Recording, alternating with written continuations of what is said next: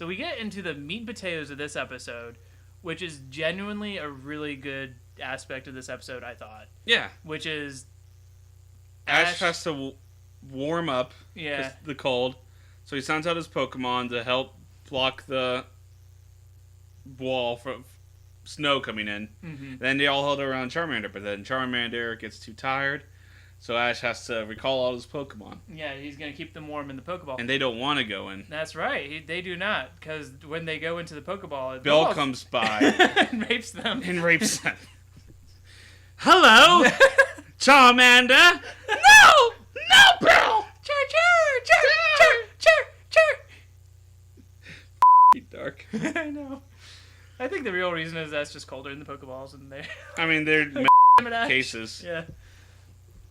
So he tries to send Pikachu in. And Pikachu's like, that. I'm never going to that If I didn't go to the Pokeball up there, I'm not going to go into the Pokeball now. Yeah, exactly. Ash, learn your lesson. Jesus Christ, Ash, you idiot. And then Ash does another really idiot thing and take off his jacket to keep the Pokeballs warm.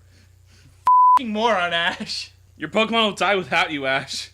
He realizes that, you want to keep me warm. Yeah, so he sends out all the Pokemon. They have this very genuinely very touching moment where they're all trying to keep each other warm and not freeze to death. They all huddle together. Yeah. Including Pidgeotto. Yep. Who has a very creepy face. He does. He's just dead inside. He's excited about it. He's like, yes, let's go on this journey of death together. He put his hand on my shoulder to illustrate the point, and it made me very uncomfortable, so I agree now. Yeah, no, you gotta find that image of Pidgeotto's face. I'll try. Oh, man. So the morning comes. They survive the night. They survive the night. The morning comes. They get out. They find out Brock and Misty. They're like, oh, yeah, we're fine, too. Let's just kind of go to the next town, which is right over the hill there. Oh, hey, it's Team Rocket's balloon. Yep. They steal Team Rocket's balloon. Because Team Rocket, on the other side of the mountain, lost their balloon. Mm-hmm. Because Jessie was talking about her poor-ass childhood. And while they had set up the balloon, and then it was just drifted off. Away. Yep. And me, I was like, "You fucking moron, Jesse! You fucking moron!" So they were pitching each other through the night to keep warm. When 20 feet away was a hot spring. Yep. Then they find the hot spring. They go into it, and they're like, "Ah, this is awesome." And then we see at the end of the episode, they're like, at the end of the episode, we find out that it's too cold for them to leave the hot spring, but too hot for them to stay. So then they die of hypothermia. Yes. Then they die. And then they die. I like that we just kill them off every time instead of telling them. It's different Team Rockets who come after Ash in every episode. Yeah. I like that theory. They're clones. Just like the Joys and Jennies. Yeah, exactly. Yep. They're same. You could clone your Pokemon in Generation 1. Why can't you clone people? Exactly. Alright. So that's the episode. What'd you think of the episode, Nick? I gave this, you know what? I'm giving it 3 Voltorbs. 3 Voltorbs. I also gave it narrowly passing, but I gave it 3. Just literally just because of that one scene, which was a big scene for the episode. It's what the entire episode is based around. And everyone knows the scene. I think it's very famous, actually. The picture is... Yeah. Floats around. Yep.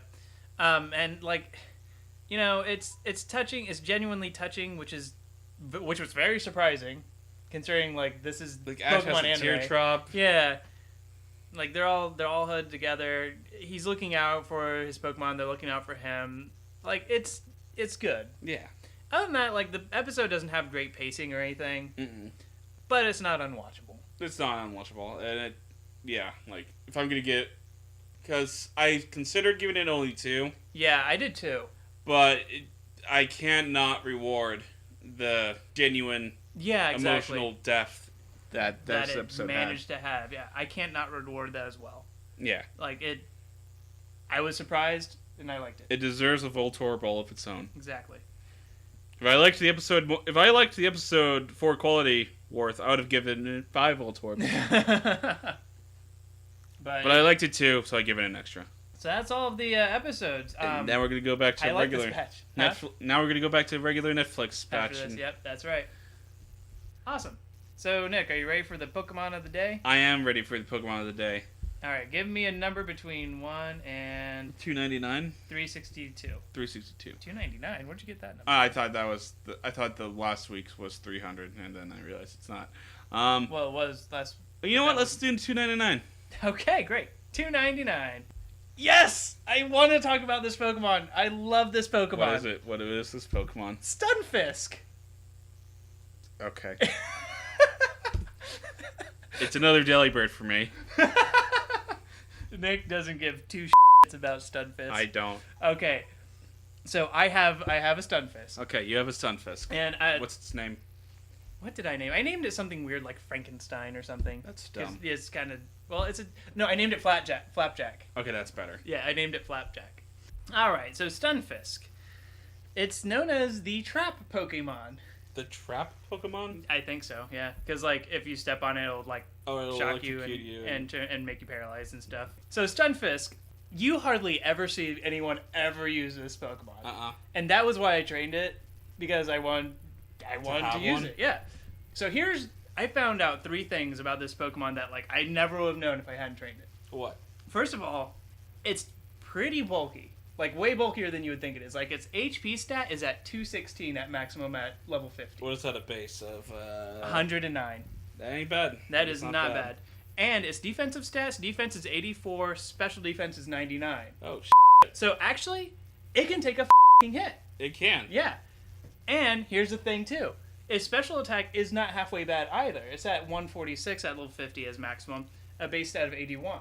Okay. That's for a wall, that's pretty good. Yeah. So I gave mine a Life Orb, and like it can hit halfway decently. Like it can probably hit harder than it can take usually. Oh, yeah, I love it.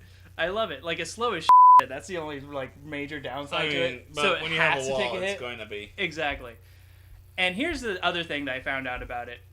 And this is interesting. It has a really diverse move pool. Oh, it is a fish. Well, it's a land fish. That's actually kind of sad. It's a fish, and it takes damage from the thing that it would live in. Yeah, exactly. So it has access to, of course, all kinds of electric attacks like, Thunderbolt and all that kind of crap. It also gets Scald, which is great because then, like, if you manage to... Super wall. Yeah. You burn your attacking opponent, and now you're, like, you can take hits even better. Exactly.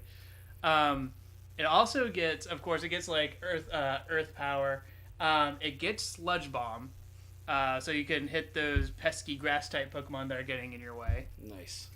What else does it get? Mine has some other move. Or it has Infestation. Yeah, it gets Infestation. Because mine has Static, and I gave mine a bunch of like moves to like... As opposed to Limber, which would be useless on an electric type. Yeah, especially now. I just realized that, yeah. That was only useful in Generation 5. Mm-hmm. Sendability is Sandveil, which you're not going to use competitively anyway, I don't think. Most people would not. Yeah, I would use Static. Yeah. With a Stunfisk, I would use Static. Yeah. If it were more offensive, Sandveil wouldn't be terrible. Yeah. So I love this thing, because as far as like surprise factor goes, people look at Stunfisk and they're like, whatever, just Ice Beam. Yeah, Ice Beam, boom, and then it's like, oh, it survives, and then it hits you with like a Thunderbolt and you're paralyzed or like whatever, Scald and you're burned, and you're like, shit, man, why is this thing not dying? And with Life Orb, it hits halfway decently hard, so I love this Pokemon. I think it's so underrated. I love Stunfisk. You haven't used it against me yet. I have not. Well, I don't know why I haven't actually. Huh. I should. Yeah. I should, because I really love it. I love this little guy. I can't wait to Earthquake it. What do you think of its design, since you've never used it? Right. I remember when I would come up with fake Pokemon, because every nerd does, of I course. think. When I imagined a ground electric type, I imagined like this like monkey thing with like wires that it would connect to the ground and like shoot out thunderbolts out of its hands. So kind of like Electivire? Actually, yeah, kind of. Yeah. Oh no! You know what? It was a kangaroo thing. It was a kangaroo thing. I see. That had wires. Yeah. That makes sense. Oh yeah, it does, because ground and then electric. I don't know. You could throw an electric there probably. So to use a Flounder, I don't know what the basis for that is. Like, a ground makes sense because they like lie on the ground, but why the electric type? I don't know. My guessing is that it's also based on a landmine, Oh, here we go. Stunfisk seems to be. I love how they put like seems to be, like they don't know. They're not the official yeah. Pokemon. On Bulbapedia it says Stunfisk seems to be based on a flounder combined with electric ray, may all based on the stargazer, another fish that spends most time buried in the sand and can make electric discharge when disturbed. And I think I heard also that's like based on like landmines and stuff. Hence the trap portion of it, so gotcha. It'll shock you if you step on it, that sort of thing. Like it's a bad mistake there. Right. But do you like its design? I do like its design. Yeah. It's very like. It's the Dunsparce of 5th generation. It's just that magical, stupid Pokemon that's just like, I am a majestic beast. It's so like derpy looking. But like during 5th generation, I remember hating it because, and not for like any strong reason. It was just because it would like snicker at you. Yeah. And like, well, I'm gonna take that snicker off and then earthquake it. Yep. It's fun. I like this little guy. He's so cute. I think he's cute. All right, so that's Stunfisk. Yeah, that was Stunfisk. That was a second gen Pokemon I think we've had in a row. Can Stunfisk learn the new Sandygast recovery move? Oh, can it learn Shore Up? Shore Up? I don't think so. That'd be cool. Can it learn any recovery moves? When it comes to recovery with Stunfisk, you're gonna have to rely on like the rest, citrus berry leftovers, that sort of thing, which you can use pretty decently. But it also gets plenty of like boosting moves like Curse and stuff. So like if you want to use a bulky one, you're not gonna do bad at all. Okay. And its defensive stats are like very nice. Because like with defensive Pokemon, where their stats excel in defense, I like to make them defense Pokemon. Fair enough. Yeah. Okay, so that's Stunfisk. Yay. All right, so let's do our last part of our episode really quick and talk about just like a random thing. Just a random thing we're going to talk about. A random thing. I like how Donald Trump has ruined America. Okay, let's keep it closer to Pokemon related. Oh, okay. So, Pokemon thing. How about the professors? The professors? The order of which you would do them in. Like have sex with them? Yeah. Okay, so the 5th gen professor was the Juniper. You can't have sex with them if you can't name them. Then I'm not gonna have sex with any of them. Well, you can name. I know you can name 2 of them. I know you. I know you can name at least 2 of them. All right, so let me see if I can name them all off the top of my head. Actually, I wouldn't have got Juniper. I will give you that. So you got Oak, Elm. I can't remember 3rd. Birch. Birch was 3rd. 4th, no idea.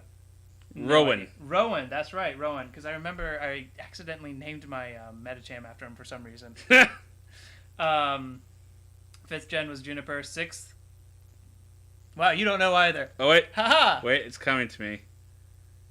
Sycamore, that's right. And then 7th was Kukui. Yeah. I think he might be my favorite of the professors, actually. Kukui? Yeah. Because his study makes sense for him. And he's just like, he's so like outgoing. You get to battle him at the very end, and like he is challenged. Your true rival. Yeah, he does what they initially wanted Professor Oak to do, which is because originally takes the starter no one picked, trains that, and then has strong ass Pokemon. Yeah, because you've seen how they were. Professor Oak has his own team in the games, in the 1st generation game, so they did that with Kukui, which I thought was cool. And I love how he's your last battle, and like he's a challenge. He's great. He's a good Pokemon trainer too. On top of it, a worthy champion title taker. You know what? The one thing that kind of disappoints me in Sun and Moon, and it's not like you can actually do it. If you lose in your champion defense battle, you're still the champion. Yeah, well, that happens with all the other games too. If you beat the champion, they're still the champion. Exactly. So I guess that makes sense. Because you are the original champion. You are the original. Yeah, so you hold that title. Damn it. So then, was Blue the original champion? Did no one else beat the Elite? That's why. Oh, Kanto was just forming their Elite Four when he started. That's Red and Blue. That's why he's now he is the original champion. That's why it's so like important when he beats you to the Elite Four. It was literally a race, and he was ahead of you every step of the way. Damn. Yep. That's terrible. That makes me. Yeah. So Professor Oak in 1st generation, I've always thought he's fine. He does his job. He's there. He's there. You don't like him in the show? In the show, he's there. It's the same exact thing. He's there. Sometimes he can be adorable, but otherwise he's there. He's just there. Yeah. Elm is completely forgettable. Like I don't even know what he does outside of he's just there. I'm gonna give my opinions after you, and I'm just curious. Okay, yeah. Oh no! You do keep going through all. So many of the professors end up so forgettable to me. Birch is also pretty forgettable for me personally. Rowan is a little bit more forgettable, but I like that he gets more involved into the plot of the game. Like he actually tells you what to do. Yeah. Like when stuff goes down, he's like, "All right, guys, let's regroup. Let's do this. Come on, go get team whichever one we're fighting." Can you get that Spaz and give him his Pokedex? Yes, exactly. Go fetch Spaz and give him his Pokedex. Damn it. Fifth gen, like Juniper is like in the story a lot. Yeah, if I remember correctly. She's in the story so much. Her dad's in the story. Yeah, exactly. I like the fifth gen professors. I think they get a little bit more interesting as they go along. Sixth gen, I already forgot his name. Sycamore. Mm-hmm. Again, he's kind of there. His big thing was Mega Evolutions, right? His big thing was Mega Evolutions. Yeah. And you would see him throughout the game. Yeah, and you challenged him a couple times with like the Kanto starters, if I remember right. The Kanto starters, their first form, and then second time you battle them, their last form. Right. And that was good. That was like a prototype for Kui, who is my favorite. I think he's great. Mm-hmm. Okay, so first of all, the order I would him in. Kui would obviously be number one. No, I'm sorry. I am straight, so I do have to say Juniper. Yeah, that's true. And then Sycamore, then Kui. Oh, why Kui third, man? Well, because Sycamore is so goddamn handsome, though. Like, Kui's got the buff man factor, but, like, Sycamore, God. I love how they go from, like, being old to like, being really young and pretty. Yeah, to being, like, pretty people. And they are scientists. They actually do their jobs still. Kui's just more adventurous with it. Exactly. But so is Birch, who is fourth on my list. Then Elm, then Oak, then Rowan. Elm, I think, might be the most forgettable of all of the scientists, just because like I don't remember anything about him after the first part of the game. All you need to remember about Elm is that he's very bad at his job because in Gold and Silver. Whoa, guys! Did you know that eggs are a thing? Holy shit! And it's not even him who makes the discovery. It's Mr. Pokemon. Yeah, Mr. Pokemon was the more... Who the fuck is that guy? Mr. Pokemon was a more interesting guy, and he was only in, I think, that one part of the game. But also, Elm's a bitch. Yeah. Which is what kind of makes him memorable. Because, like, he's the first professor to actually have plot involved at all. Because Oak's kind of just there. He gives you his thing. And he shows up at the very end. And he shows up at the very end. Elm has a Pokemon stolen from him. Your rival steals that Pokemon. He never does anything about it, really. He hires the police, but then nothing happens. Mean, the police are terrible at their job. The police are terrible at their job, and by this point, the Chikorita, because let's be real, Totodile is the best. The Chikorita's already bonded with Silver. So there's no point in trying to actually take it back from him at this point. And then, he pretty much just calls you and says, "How's Pokedex doing? Good job. I'm a bitch." He's pretty boring. Do you like Oak? Oak? I like Oak in the anime. Yeah. I don't like Oak in the games because you're right. He is kind of just I'm a professor. I know answers. I have a cousin who looks exactly like me and is the Alolan version of me. But he's not going to end up doing anything. All he'll ask for is an Alolan Persian, and he'll give you a shitty Pokeball instead for it. I mean, it's cool how he's kind of been integrated into every generation. Yeah, that is cool. I agree. But I think that's more of an Easter egg than it is. Yeah, because otherwise reward. he is. If you think about it, Professor Oak doesn't have much of a personality outside of the anime. Mm-mm. Even in the anime, he doesn't have a whole lot of personality, but he has more of a personality. He gets more of a personality in later episodes. That's one thing the anime has done better is like the personality of Professor Oak. Because in the games, he's just like he's there. He's there. He exists. He's a dick to his grandson. Yes. He forgets his name. That. And then when he comes to well, I came to congratulate you, but by the time I got here, you lost it, you fucking piece of shit. You're a disgrace to the Oak name. You know what? I don't blame him. It does suck. Like, I've been waiting for 50 years for one of my family to become Pokemon Master. What, he's a master? Let me run over and congratulate him. He lost! No! Son of a bitch!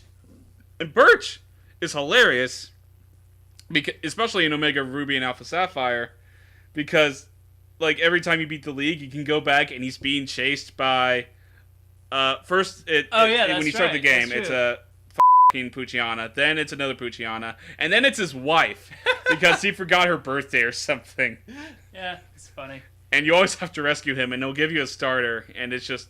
I'm sorry, I'm just doing field research. Plus, he's the only fat professor, and I appreciate that they have professors of all body types. Yeah, right on. And he's not even fat, he's just, like, chunky. Chunky. He's a chunky guy. He likes to eat his trail mix. And then there was Rowan. Rowan is just a Oak clone, just more leadership-y, and has an awesome mustache. Then you start getting with the hot professors, with Juniper. Becoming much more involved with the plot. And especially, the hotter you are, the more involved in the plot you are. Fair enough. All right, cool. They want to give screen time to the attractive people. And I guess by that theory, Kukui is hotter than Sycamore. But Kukui's hotter than Sycamore, but Sycamore is more fuckable. At least for me. Coming from the straight guy. Coming from the straight guy. I'm straight too, by the way, like, not to get that confused. I mean, it's okay for us. We all accept you as you are. But yeah, so Sycamore, she's really nice. Mm-hmm. I like Sycamore. She gives you a lucky egg. She's the only person to give you a lucky egg straight up in the plot. Yeah. Like, Kukui will also give you one, but not until after you beat the Pokemon League, I think. And then, wait, did I say Kukui will give you a lucky egg too, or did I say Sycamore? I don't remember you saying Sycamore at all. Okay, great. And then Sycamore, like, he rewards you for dealing with Team Flare. And as he should. As everyone should have. But he's the first one to actually do anything about it. Mm-hmm. And for being in the Pokemon League. He only does it once. But hey, that's all you need. Just some recognition. And then Kukui, of course, Kukui's the best because he sets up the whole goddamn thing. Yeah, that's impressive. He is the master of ceremonies and a professor and the best person you can get to challenge you. Yep. In terms of, like, an aspect of the game, like a dynamic, like a part of the game, do you think, like, it's good to have professors in the game?